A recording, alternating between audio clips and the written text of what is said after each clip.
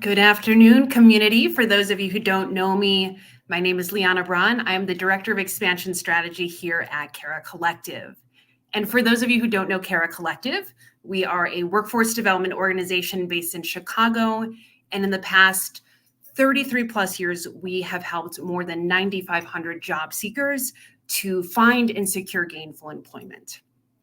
So I'm excited to be here today to host this conversation really at the end of Workforce Development Month to talk about our frontline workforce. So before we dive in, let's talk about who those people are. So the US EEOC reports that our frontline workforce is made up of 64% women, 40% identify as non-white, and 23% are members of low-income communities. So with that, why are we having this conversation? For anyone who might have had the chance to look at our Cara Plus case study with the Boston Consulting Group, we shared that 100 million frontline workers. Well, first of all, let's take a moment and just recognize 100 million frontline workers. That's an incredible amount of the US population that are part of that, make up that frontline workforce. And half of them are burnt out, and up to and over a quarter are either actively or passively looking for a new job. Now, we know that many companies oftentimes just assume a certain amount of turnover. It's just the cost of doing business. But for today's conversation, we're really lucky to be joined by two leaders that are thinking about this differently in their organizations. And they have been able to see what happens when you think about, when you engage, when you invest in your frontline workforce. So with that, I want to welcome our two speakers for today. So please join me in welcoming Bridget Bean, who is the Workforce Development Manager at Advocate Healthcare, and Maricela Williams, who is the Human Resources Director for Friedman Seating Company. Bridget, Maricela, it is so great to see you both. I know you. I have had the chance to see firsthand all the work you are doing in your organizations to invest in your workforce. But for the rest of the people here, let's just start with a little bit about yourselves, your companies, and your specific roles in supporting that frontline workforce. So Bridget, let's start with you. Would love to hear a little bit about you and your background. Yes. So I work for Advocate Health. We are the third largest nonprofit healthcare system in the country. We're headquartered in Charlotte. We have about 155,000 employees, and about 77,000 are in the Midwest. The cornerstone of our mission really is to invest in the communities that we serve. And so we focus not just on our healthcare delivery, but also community engagement and workforce development. And so I am in the workforce development department. As a workforce development manager, I manage the teammate success coaching program. So I focus on supporting frontline new hires as they enter the organization, providing the support and resources necessary for them to succeed in their roles, identify and remove barriers. And then, aside from the teammate success coaching program, as an organization overall, we have lots of resources and initiatives and programs designed to support the frontline workforce and ensure that they're successful and are able to advance and develop personally and professionally. Thanks, Bridget. I cannot wait to hear more. Maricela, let's go over to you. Hi, yes, thank you for asking me to participate in this call today. I am the Human Resources Director at Friedman Seating Company. We are a manufacturer of seats for small, mid-sized bus, vans, and trucks, specialty seating on the west side of Chicago. We've been in existence for over 130 years. And so this is our only location, and we have about a little over 700 employees at this location. And so my role is to oversee the entire HR function. And that encompasses everything from recruiting, onboarding, employee engagement. So pretty much the full cycle of an employee cycle. So from when they start, from actually bringing them onboarding and recruiting them to when they decide to leave the organization. So for us, my role again is supporting all of our managers and employees and their full cycle experience here at Friedman. Thank you, Maricela. So before we dig into the conversation, having worked with you both, you are both intimately involved in some of these initiatives that we talked about. So I know our audience is going to have a lot of questions for you. So audience, you will have the opportunity at the end to ask some questions of both of these leaders. So please do add comments, questions. We want to hear from you. We want to bring you into the conversation.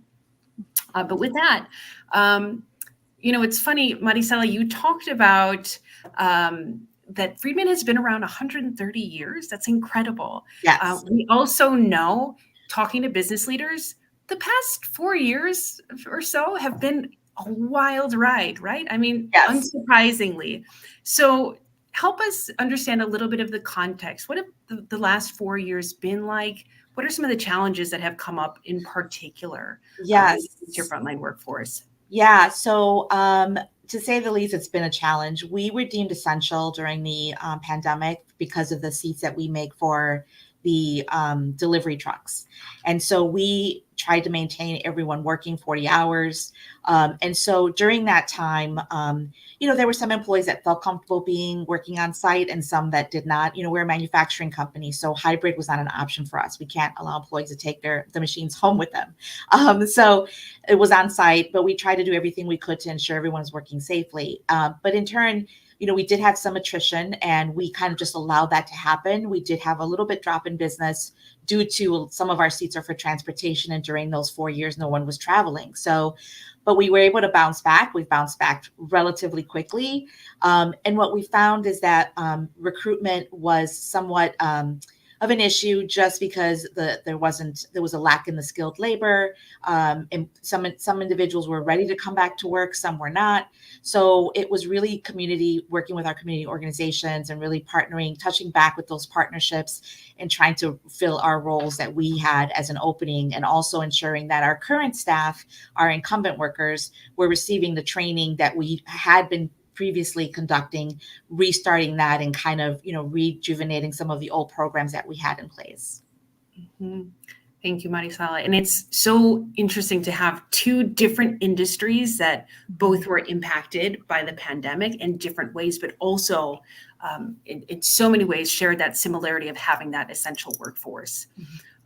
So Bridget, same question to you. Share with us a little bit about what those past 4 years have been like, and what are some of the things you've been navigating?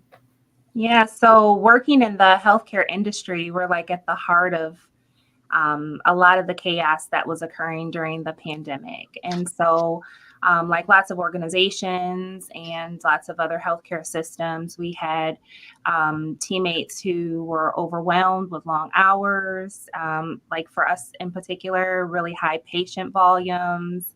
And then like in general, the physical and emotional demands of working in a hospital setting, but also trying to manage what was happening with the pandemic. So lots of challenges we were facing, and that affected our turnover.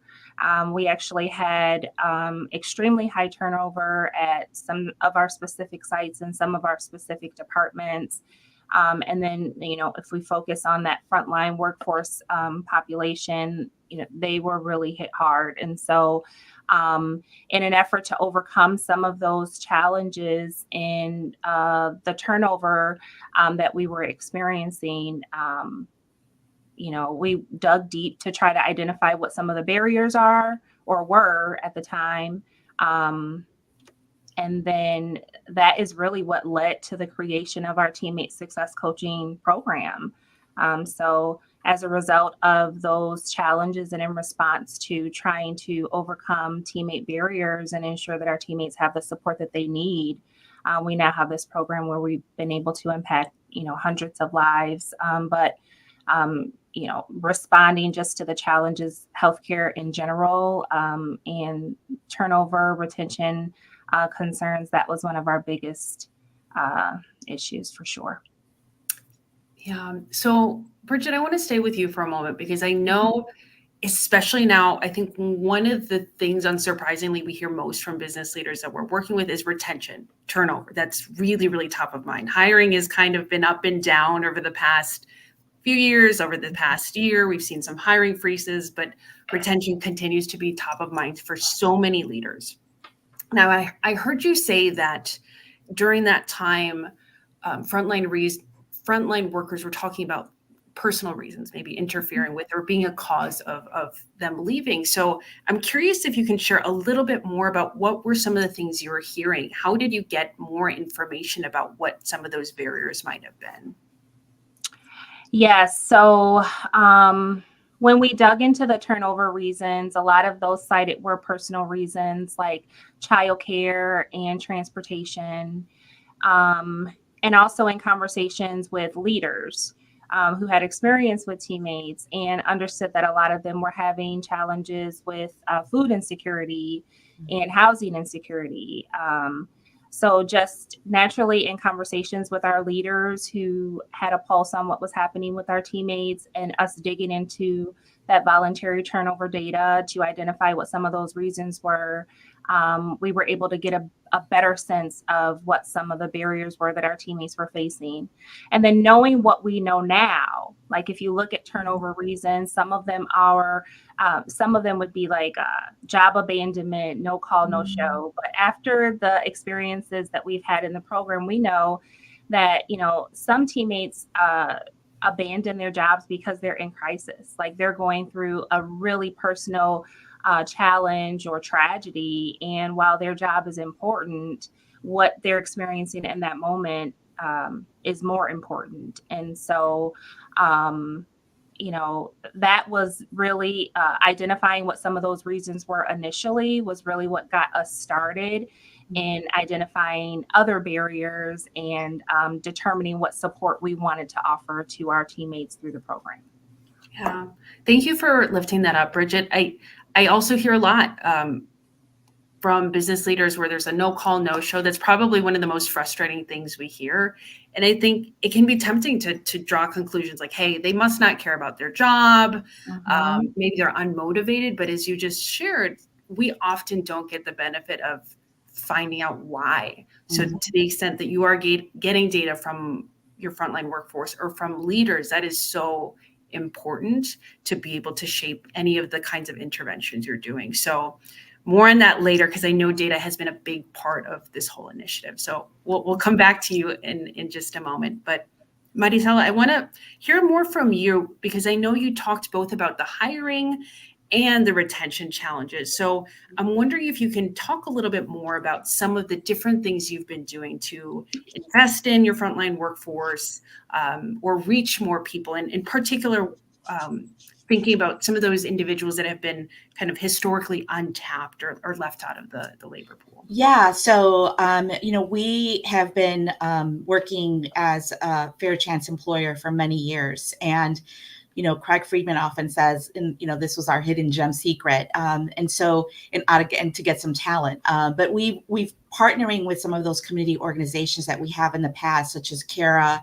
Safer Foundations, Chicagoland, Skills for Chicagoland, all of those organizations that we worked with and have developed relationships with, tapping them and saying, we have these openings, we want to get people back to work.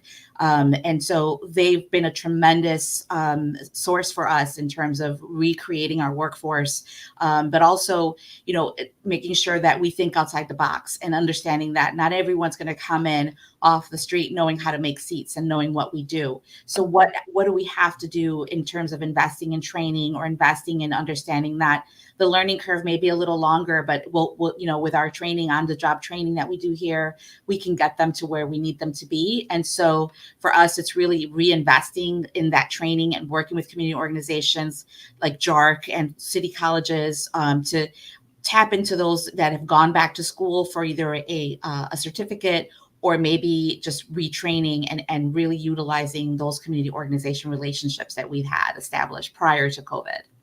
Mm-hmm. And I have to just point out, Marisela, number one, a lot of companies don't even know about the resources, about the community partners that are literally right there in their own community, in their own backyards. So number one, I think that's so important to hear you call out all the different resources that exist to connect businesses to talent, but also just want to affirm that I know you and I see you as one of the people that is so invested in doing the work to connect with those organizations. It is not easy to maintain all of those relationships, but I see you and I see that it is possible for companies to maintain those community partnerships. So that's always really exciting to see. Thank you. Thank you. So, that's on the hiring side. I'm curious if you can talk about, when it comes to retention, how you've leaned on any of those partners you talked about to support retention, or and any other ways you are getting at that retention. Yes. So, part of the relationship building with the community organizations is understanding their wraparound services and what they offer their participants. Similar to Bridget, we recognize that our employees have outside factors that can create a barrier for coming to work or just even being engaged when they are at work. Mm-hmm. And so for us, we have a relationship with an organization called Work-Life Partnership. And they, are similar to an EAP program, but it's more, they come on site. It's more of a more in depth than EAP. They really sit down with the employee. We allow them to sit down with the employee while they're here at work to talk about what are some of the barriers that they're facing outside of work that, in HR, we're not social workers. My team is not equipped to handle some of the issues. As much as we would love to, we're just not equipped for that. And so Work-Life Partnership allows this benefit to our employees to sit down and say, I'm having childcare issues, or I'm having housing issues, or I don't have money to get to work.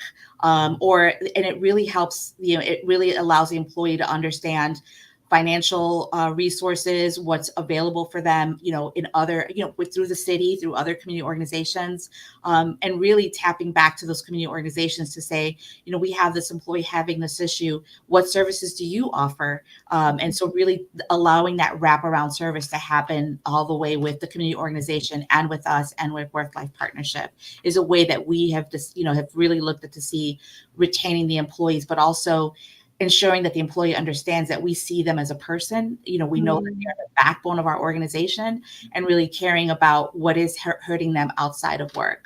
Mm-hmm. And I appreciate you saying that, right? That sometimes we interact with our employees, our workforce, and in kind of a one-dimensional way. But as people, we know that we bring ourselves and things outside of work into the workplace that affects us. And Friedman has not only recognized that, but found the resources to help support those things, and also recognize that you don't have to do everything. Friedman, what they do best, what you all do best, is making those seats. You don't have to provide all of those wraparound supports. You have those partners. Correct. But Bridget, that makes me, I want to go over to you, because Advocate has invested in a really special program to build your own capacity to support your people. So tell us a little bit more about this team member success coaching program and all the things you're doing to invest in your frontline workforce. Yes. So I really feel like this is like the ultimate investment. First, if I could say, for the teammate success coaching program, folks often ask this question, but the program is not grant funded. We are operating this program through our operational budget, hard dollars.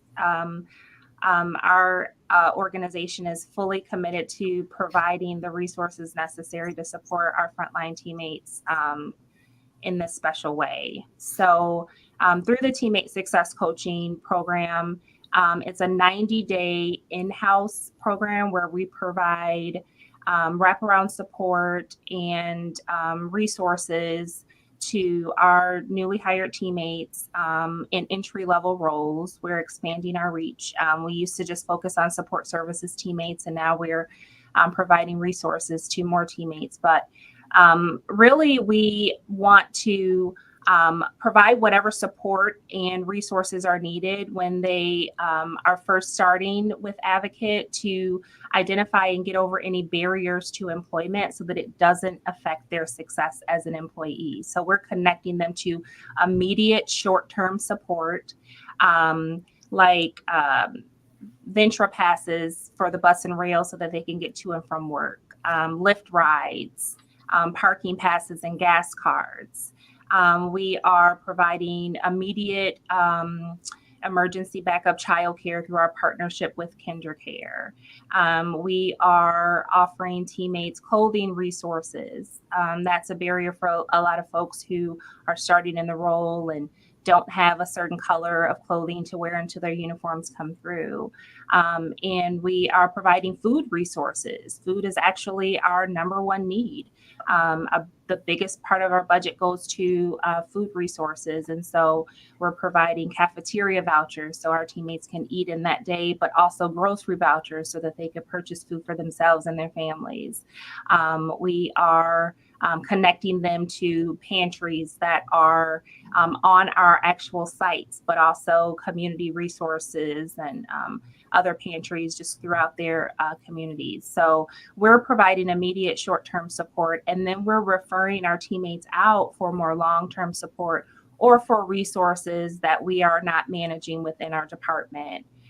So for mental health challenges, 52% of our referrals are for mental health related concerns. And so our partnership with EAP is really critical. Our partnership with the Trauma Recovery Center for teammates that have been victims of intentional crime, that is really critical. We partner with financial wellness coaches so that they can help teammates put together budgets and set goals. And then we have partnerships externally within the community. Resources that we can go to that we've identified to be helpful for teammates if they need utilities or things like that.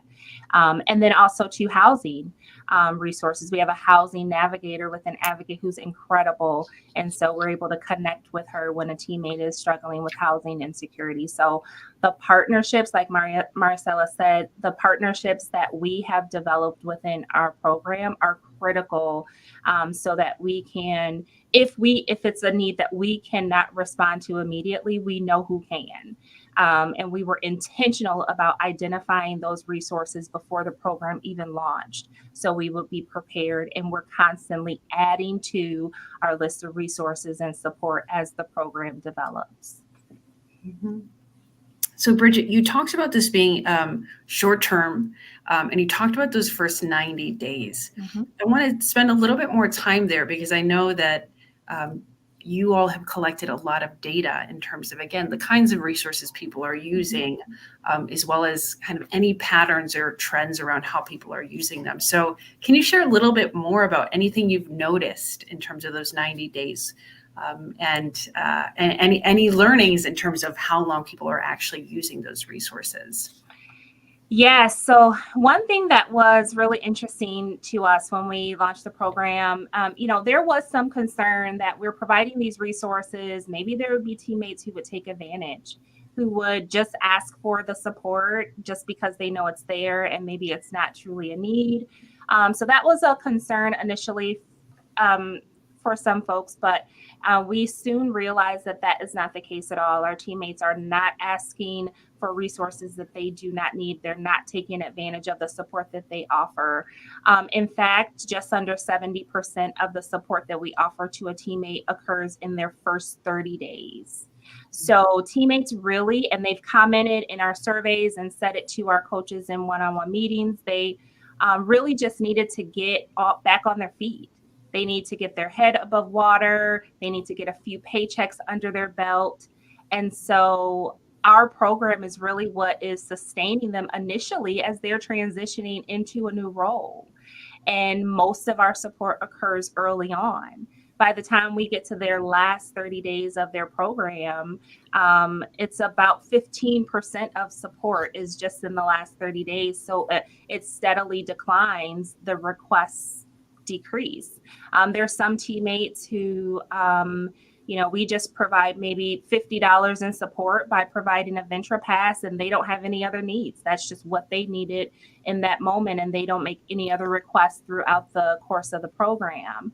And then there may be teammates who make requests throughout and need additional support. But it was really a surprise to us to see that what we're doing, especially in those first 30 days, is really critical and important for our teammate success. Yeah. And one more question here, Bridget, because again, this data is so powerful. You mentioned a few things in terms of some of the most used resources around access to food, access to mental health care. You mentioned how over time you've been thinking about adding new resources. So can you share a little bit more about some of those learnings? Anything that has emerged as like those most used resources or new things that you have since added? Yes. So that was another thing that we thought was surprising. So when we first started the program, we knew that we wanted to provide childcare and transportation resources based on the turnover data that we collected. We knew that we wanted to provide food resources as well, based on the needs that we had identified through our, conversations with leaders. Um, so we were intentional about making sure that we had those things available when we first started. But over time, the support that we offer to our teammates has evolved based on their needs and the requests that they have made. One thing that we were able to add when it comes to the clothing and the scrubs that we offer, that came about because in our very first day of launch, our very first day of coaching, when the supervisor in orientation told a new hire that she would need to wear black for a week until her uniform came in, she pulled the coach to the side to say, I don't have anything black. She'd recently experienced a tragedy, had moved into a new place. She said, I don't have anything black that will fit. She was kind of freaking out about it. And that was not a barrier that we had thought through. And so now at every single site, our coaches have an inventory of black scrub pants and tops that we can provide to a teammate who has a need. And so that was something new that we added in. We had a teammate who experienced a full house fire. We had a teammate who had no comfortable shoes to wear to work, and he went to his coach. But we didn't have any way to provide support for those things. Like, we didn't have a way to help someone get items for a new home or to get shoes. And so that's when we developed our partnership with Goodwill.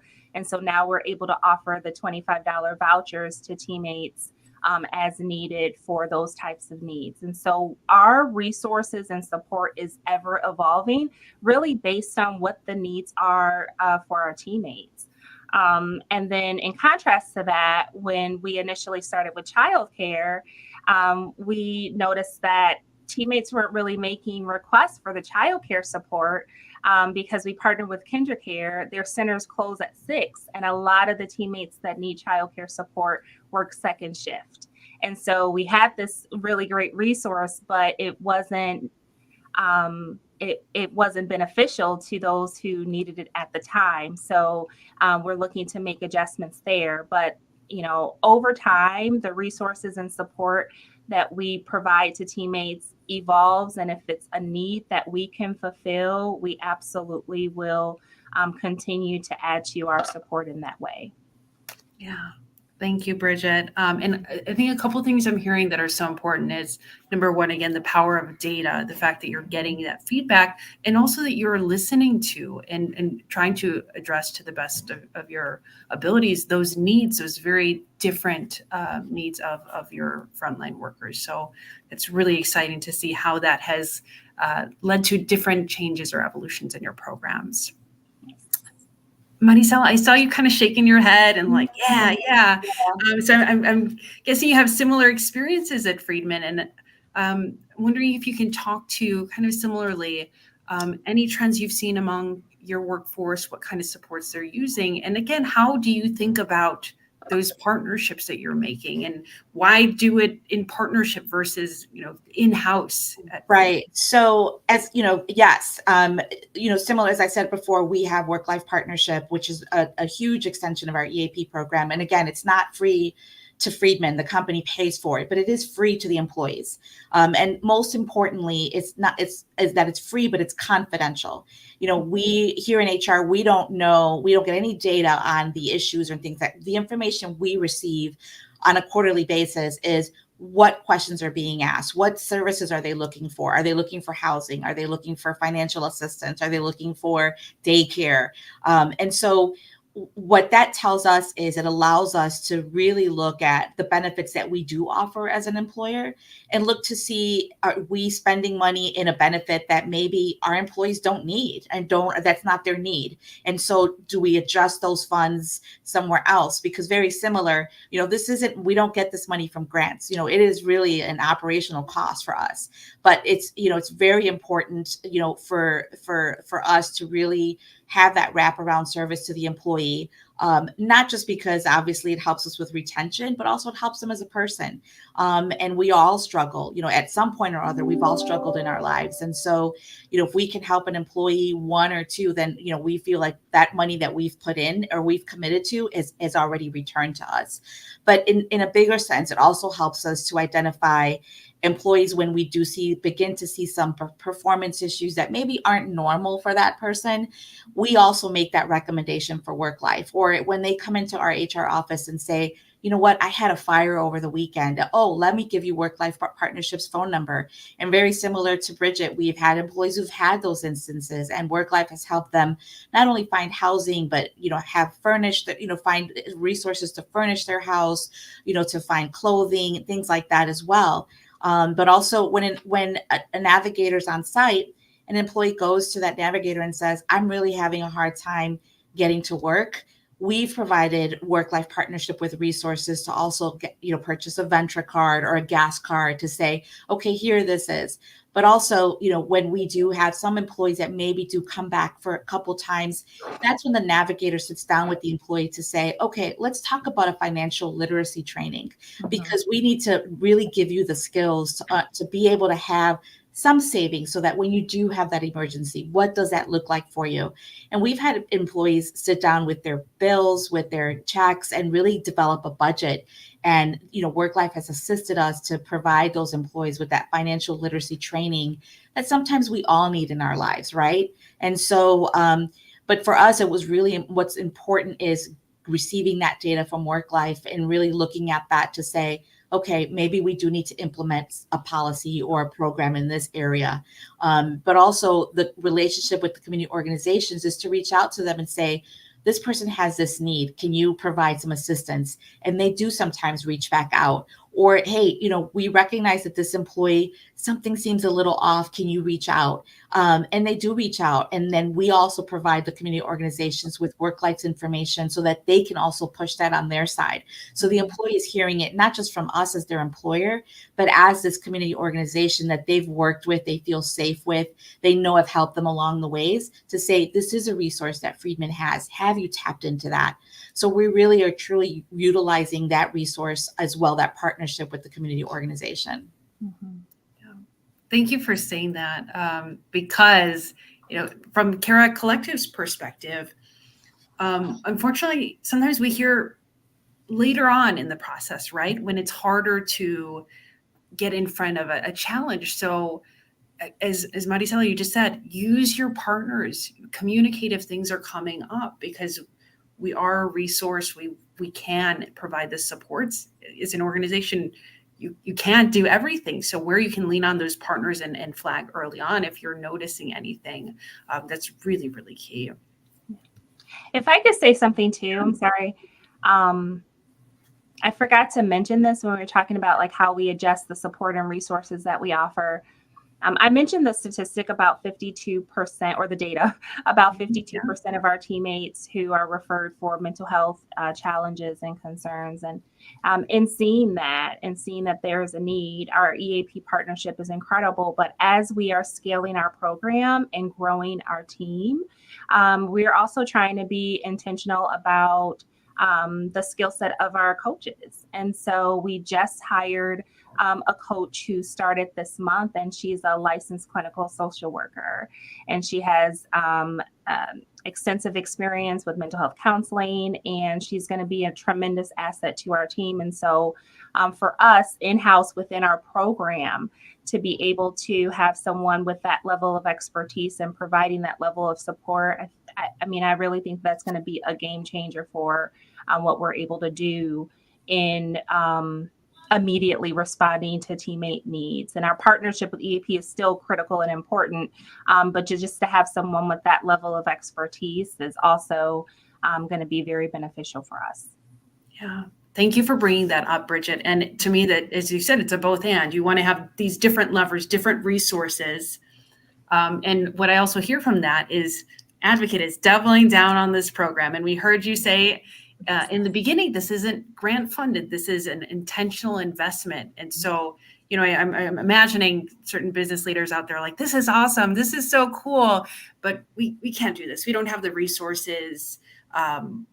So help paint us more of that picture of what has resulted from those investments. What have you seen as a result of this work you've been doing with your frontline workforce? Yes. So we have seen some increases in our retention. In one of the data points that I'm really proud about when we talk about the success of a program, when we came up on our second year, is the fact that 73% of teammates who have received support from our program are still employed with Advocate. And so, we're definitely able to save in turnover costs by having a program like this in place where we are responding and reducing barriers for teammates so that they're able to be retained.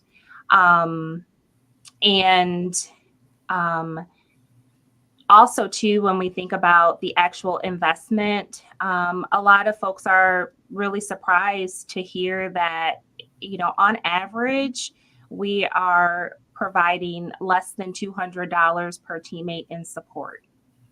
So the investment per teammate is really nominal.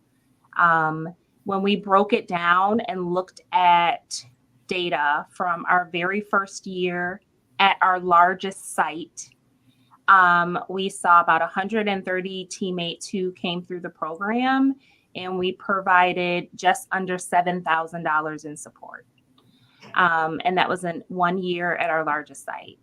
And so in terms of the actual wraparound support and the resources that we are providing to teammates, it's not nearly what we anticipated or what others would think. Again, when we go back to the fact that almost 70% of our support occurs in those first 30 days, the reason that we are just providing under $200 per teammate in support is because a lot of teammates only need help initially. And so, like, big picture, the investment, when you're looking at trying to budget for a program like this, is not as great as some might think. Of course, we're investing in the FTE to actually have coaches on site, but the actual support and resources and the funding for that, we were really surprised to see that it's not a huge investment. Yeah, and I can already imagine so many people maybe reflecting on it and learning from that experience that you all have had, because thinking about the cost of turnover, and there's some like cost of turnover calculators out there, but it can be hard to quantify. It can be hard to get to an exact number of how much does it cost you every time someone turns over. But what you're sharing in terms of in the hundreds of dollars, we know even intuitively that it is much more. If you think about the time of your recruiters, HR, onboarding the next person, getting them to 100% capacity, that is way more in a lot of ways in what you're talking about here, Bridget. So thank you for sharing that data with us. It's so powerful. Marisela, same question for you. Tell us about why you are making this investment, and what have you seen in terms of some of the returns, specifically on the kind of the business bottom line, you might say. Yeah. So, I mean, for us, the reason for the investment truly starts from the top of the ownership. So, Craig Friedman had this, intention, and we, actually, he wants to have this. So we rolled it out. And it's truly just to really help our employees. Again, we're here to make seats, right? That's how we make our money. It's not, it's no secret. But it's like I said, he truly believes that the employees are the backbone of the company. And, I would not have a position if we did not have the employees making the seats. And so for him, it's really intentional to ensure that we have a well-rounded employee. But it also comes back to if somebody has an issue outside of work and they're not engaged when, they're here, we have machinery, it's very easy for someone to get hurt. And so that's another big factor for us, right? If someone has a lot on their mind and they're not engaged in every day, maybe they're not working safely. And that's a huge issue. We want to make sure everyone is working safely. And so for us, it's not only the retention, but it's the safety numbers and the safety, the dollars that go into that. But more importantly, it's the employee, and it's the community that he wants to develop here at Friedman. And so for us, it is, like I said, it is a hard cost. It does, retention, is a key factor. Similar to what you said, there's a lot of cost in the turnover, our costs and just the cost in training and things like that.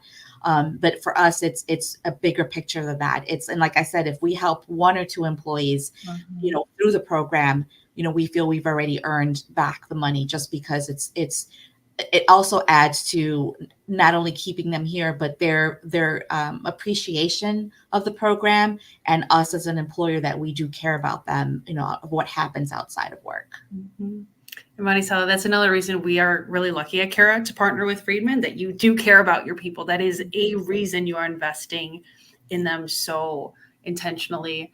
And I also remember in our conversation before this, you talked about this idea of, if you kind of pour into your employees, if you invest in them, like that, in a lot of ways is so seen and recognized. So kind of, what would you pay for that loyal employee? That is something that is less tangible, but again, something we hear a lot from companies.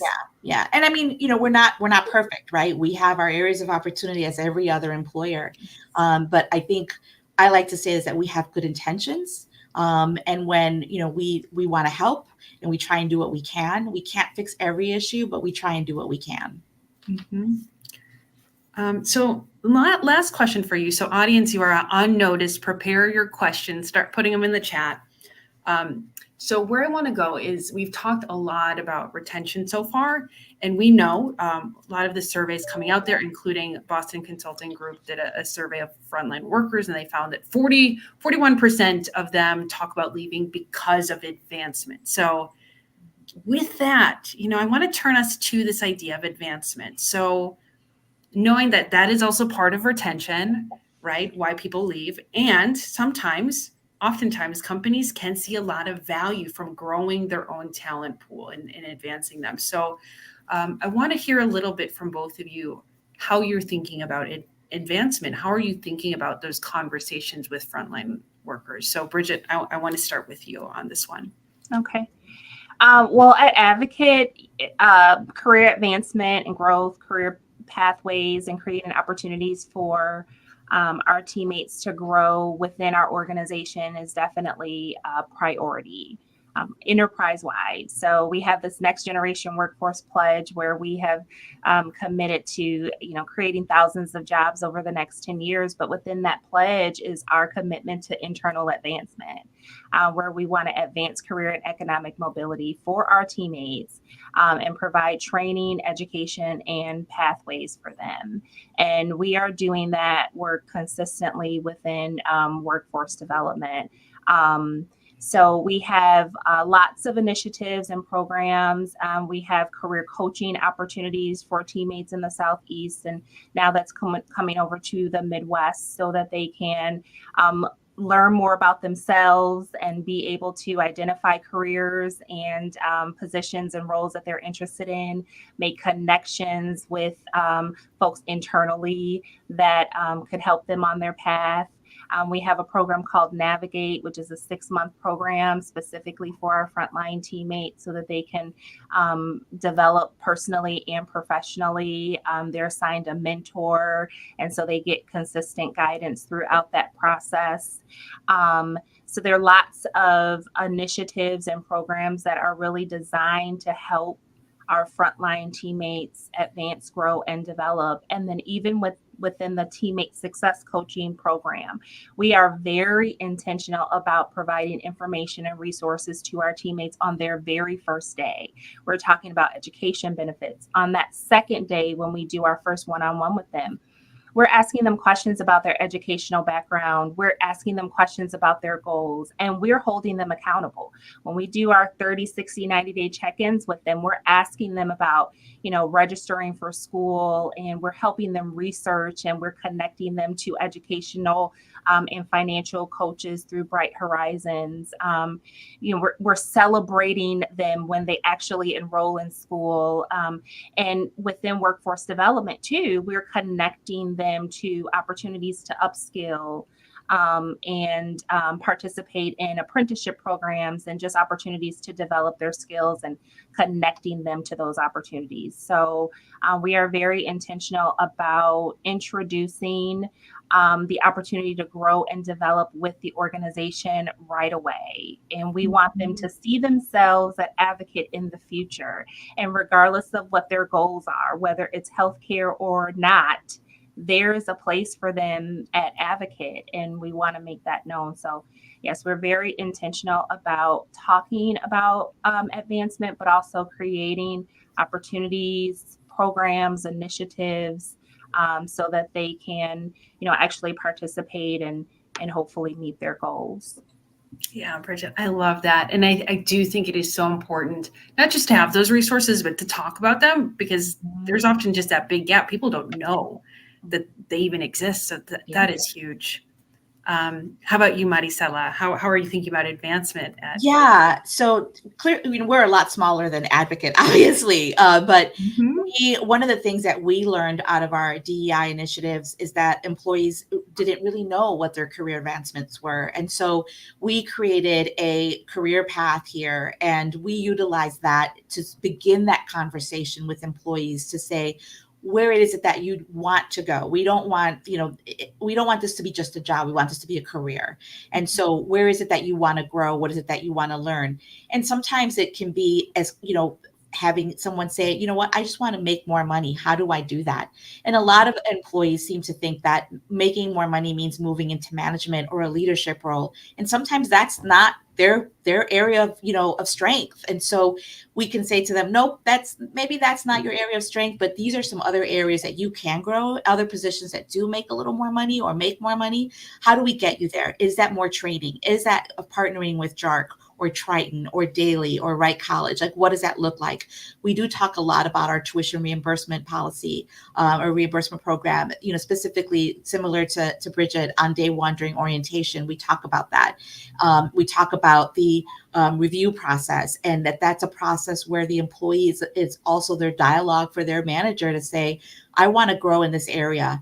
Another initiative that we just are implementing now is we're working with NIMS, which is National Institute Metal Working Skills, and we're creating a training program where everyone will have the opportunity to train consistently, but also allow us to cross-train our workforce so that more consistently. So if employees want to move into a different position, they can look at what that training looks like. They can say, well, I already have those 5 skills. I only need to get those 3 more. And so we really have that more designed and implemented, but also it's really having the conversation with the employee to say, what is your opportunities, what are your growth plans? And we initiated it not only during the review process, but also when an employee interviews for a position that maybe they didn't receive, is giving them that feedback to say, okay, you applied for this position, it didn't work out, but let's look at what it is that you do bring to the table. Maybe there is another position, or maybe now as a manager, I'm aware that that's your area that you want to grow into. How can I foster that? So really that's how we utilize that here. And again, it's partnering with our resources, such as the community organizations and the schools, but really looking at the individual and what that looks like for them and how they will be successful. I love that. And again, we're hearing this idea of like trying to connect these opportunities to the individual and meet those individual needs. And so I love that. So exciting news is we have a lot of questions from the audience. So let's dive into a few of these. I'm seeing a few themes around buy-in, right? We talked about the level of investment required. Bridget, I think this one is for you in the sense of, you mentioned this is not grant funded. This is part of the operational budget. Was that always the case? And how did you gain buy-in from leadership? So a lot of curiosity around that buy-in piece. So Bridget, maybe let's start with you. Yeah, so just like at Friedman, and I always say in managing the success coaching program, like if we retain a teammate after helping them find an apartment when they were living in their car, us retaining them is the bonus.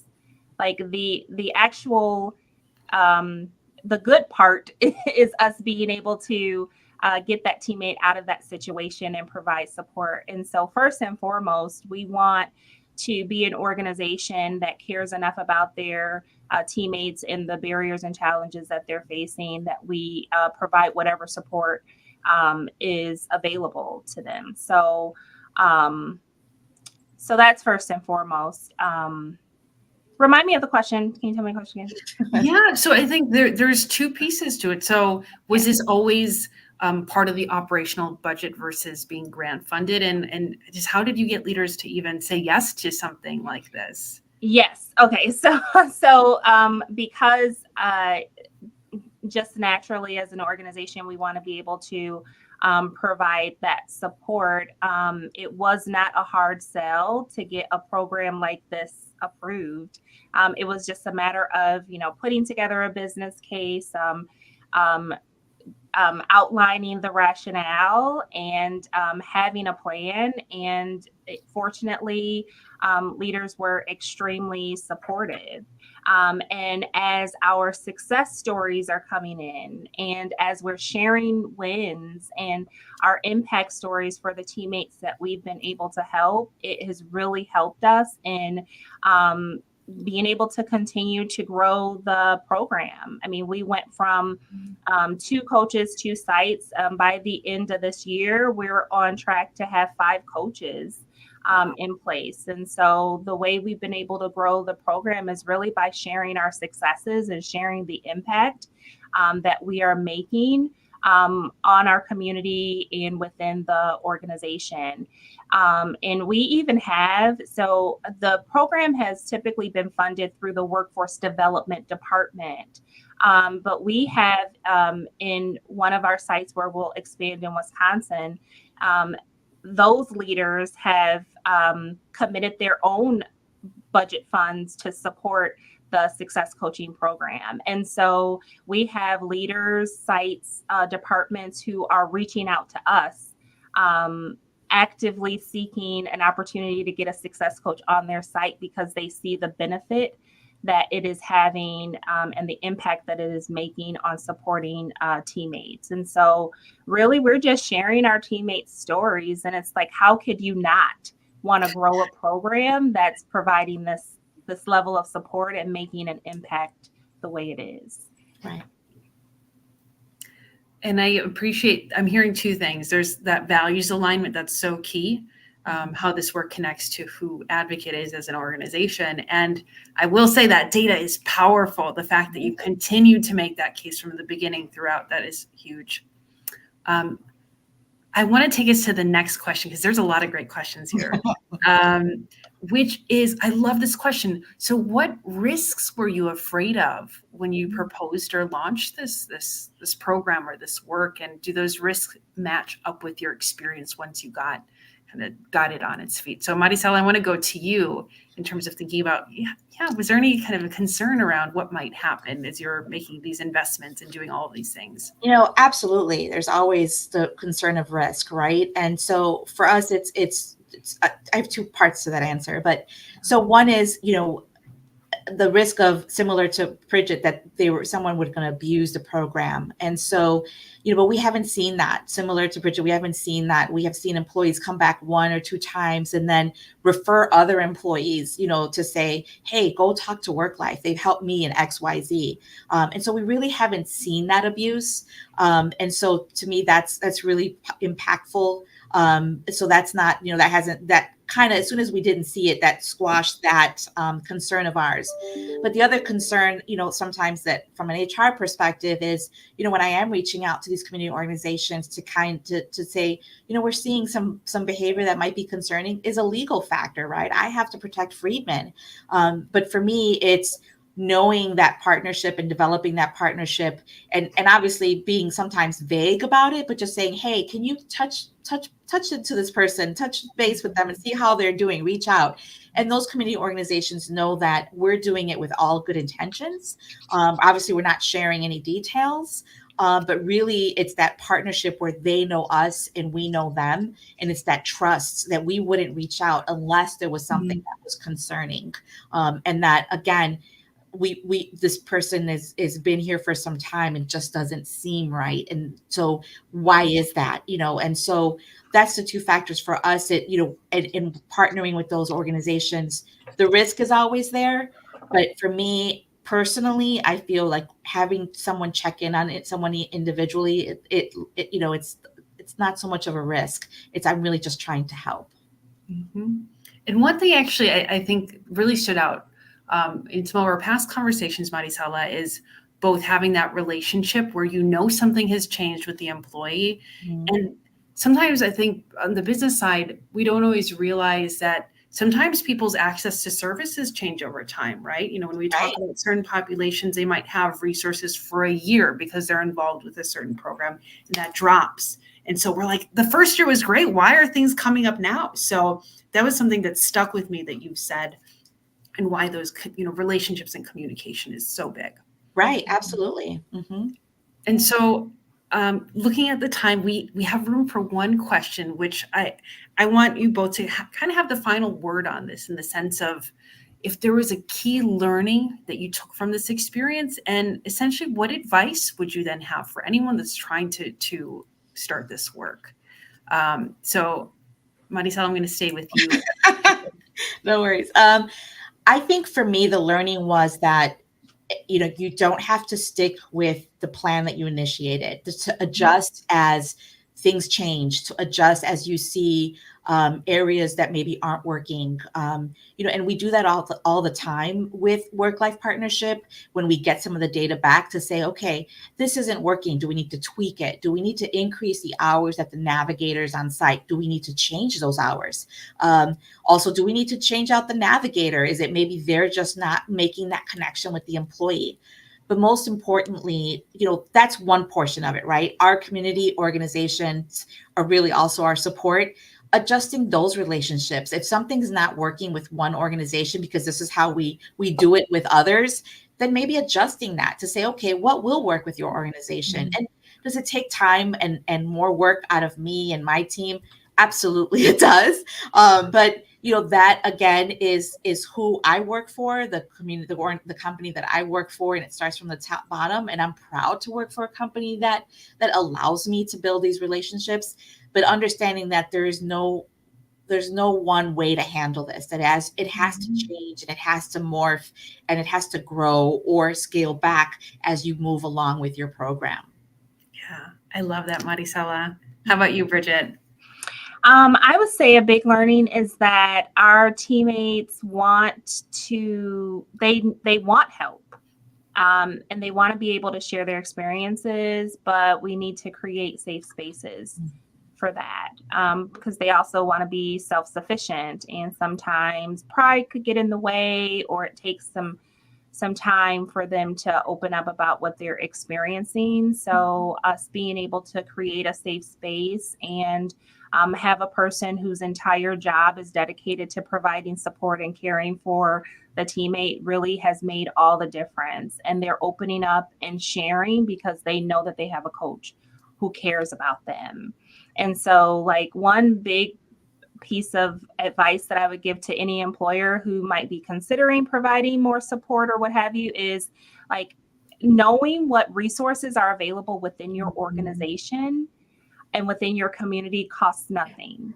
So just having an awareness of what's available to help teammates should they open up and share is so critical. We're often surprised by leaders who may not be aware of, the Trauma Recovery Center or our crisis fund or other resources available to them. And so just having an awareness of what's available to your teammates should they come to you is really, I think, that would be a game changer. But also then creating space for teammates to talk about what they're going through, and leading with, like, curiosity. If a teammate is consistently late, or their attitude or what have you has changed, they might be going through crisis, they might be having a transportation issue, like asking those critical questions and genuinely caring about the teammates that we lead and serve is it's important, and it really takes like a change in mindset about what is most important for our leaders and for our organizations.